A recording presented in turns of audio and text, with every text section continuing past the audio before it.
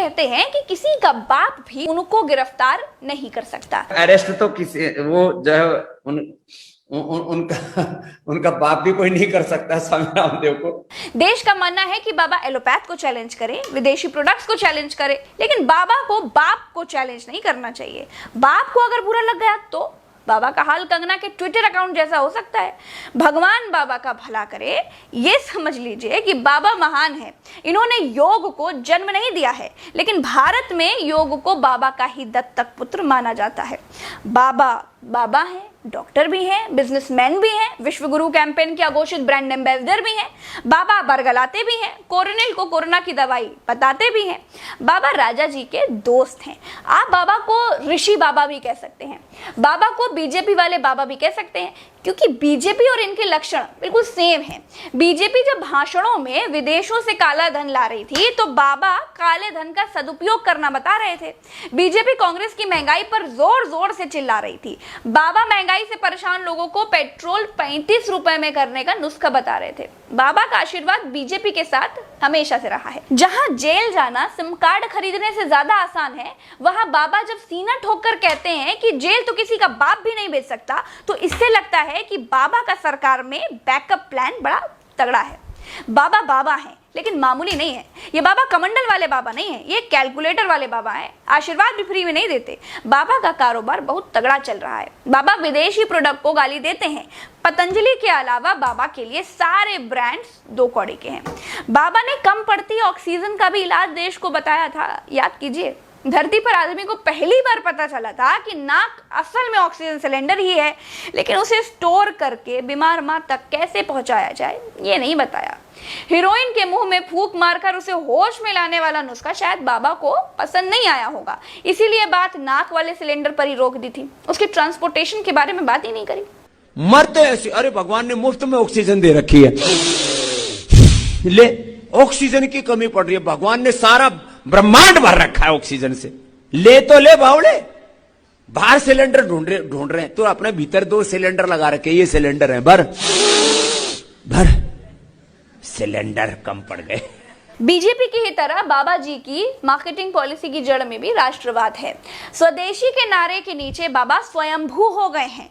सरकार बाबा के आगे सिर झुकाती है और बाबा अपनी चलती दुकान के आगे। अस्पतालों में कोरोना काल में ड्यूटी करते हुए बहुत से डॉक्टरों की मौत हो गई। बाबा ने एलोपैथ के डॉक्टरों का मजाक उड़ाया। बेहद संवेदनहीनता से रामदेव ने एलोपैथ के डॉक्टरों का मजाक उड़ाया। कहा कि 1000 डॉक्टर कोरोना की डबल वैक्सीन लगवाकर मर गए। वो कैसे डॉक्टर हैं जो खुद को ही नहीं बचा पाए? डॉक्टर बनना है तो मेरे जैसा बनो, मेरे पास कोई डिग्री भी नहीं है, फिर भी मैं सबका डॉक्टर हूं। तीसरा बोला मुझे डॉक्टर बनना है, टर टर टर टर टर टर टर टर करते रहते, टर बनना है, टर डॉक्टर। 1000 डॉक्टर तो अभी कोरोना की डबल वैक्सीन लगाने के बाद मर गए। कल क्या समाचार है? कितने? 1000 डॉक्टर डबल वैक्सीन लगाने के बाद भी मर गए। अपने आप को ही नहीं बचा पाई, वो कैसी डॉक्टरी? तो मैंने कहा डॉक्टर बनना है तो स्वामी रामदेव जैसा बन, जिसके पास में कोई डिग्री नहीं और सबका डॉक्टर है। Without any degree, with divinity, with dignity, I am a doctor. हाँ, सिर्फ इतना ही नहीं है, रामदेव ने एलोपैथ को स्टूपिड साइंस कहा। रामदेव ने कहा कि कोरोना में लोगों की मौतें एलोपैथ की दवा खाने से हुई। रामदेव पतंजलि की कोरोनिल दवाई को कोरोना की दवा घोषित करवाने के चक्कर में थे, लेकिन आईएमए यानी कि इंडियन मेडिकल एसोसिएशन ने बाबा की कोरोनिल को इम्यूनिटी बूस्टर माना। कोरोना की दवा मानने से सरासर इनकार कर दिया। एलोपैथी एक ऐसी स्टूपिड और दिवालिया साइंस है, लाखों लोगों की मौत एलोपैथी की दवा खाने से हुई है। बाबा चाहते थे कि उनके कोरोनिल को कोरोना की दवाई मान लिया जाए। सरकार की तरफ से स्वास्थ्य मंत्री हर्षवर्धन जी और परिवहन मंत्री गडकरी जी कोरोनिल की शीशी पकड़कर प्रोडक्ट सेलिंग वाले मॉडल की तरह खड़े हुए थे। बाबा को लगा था कि जब स्वास्थ्य मंत्री अपने मंच पर हैं तो कोरोनिल को देश स्वदेशी कोरोना की दवाई मान लेगा। देश तो मान लेता, देश को जो मानने को कहा जाएगा वो मान लेता ही है। लेकिन इंडियन मेडिकल एसोसिएशन यानी कि आईएमए अड़ गया कि ट्रायल दिखाओ, सक्सेस रेट दिखाओ, दवाई का असर बताओ। ये स्वदेशी और राष्ट्रवाद का नारा तो है नहीं, दवाई है। बाबा यही फेल हो गए। तब से बाबा एलोपैथ को दुश्मनी की आंख से दिखने लगे। अब कोई मेडिकल का संगठन बाबा के व्यापार पर वार करेगा तो बाबा को तो बुरा लगेगा ही।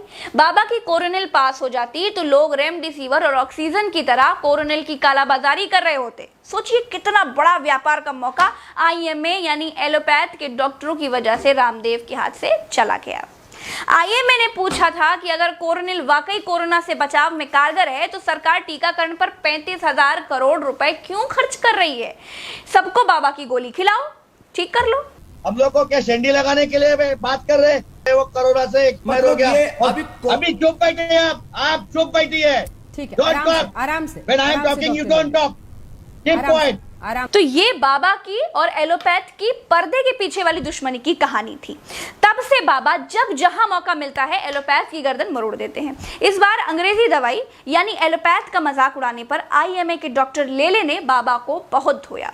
उसके बाद आईएमए ने कहा कि जैसे बाबा ने वीडियो पर एलोपैथ का मजाक उड़ाया है, डॉक्टरों की मौत का मजाक उड़ाया है, वैसे ही वीडियो बनाकर माफी भी मांगे और फिर लिखित में भी माफी मांगे। 1000 करोड़ का मानहानि का दावा भी किया है और प्रधानमंत्री जी को चिट्ठी लिखकर रामदेव पर देशद्रोह का केस चलाने की मांग भी की है। देशद्रोह में तो गिरफ्तारी भी होती है, इसीलिए बाबा कहते हैं कि गिरफ्तार तो किसी का बाप भी नहीं कर सकता।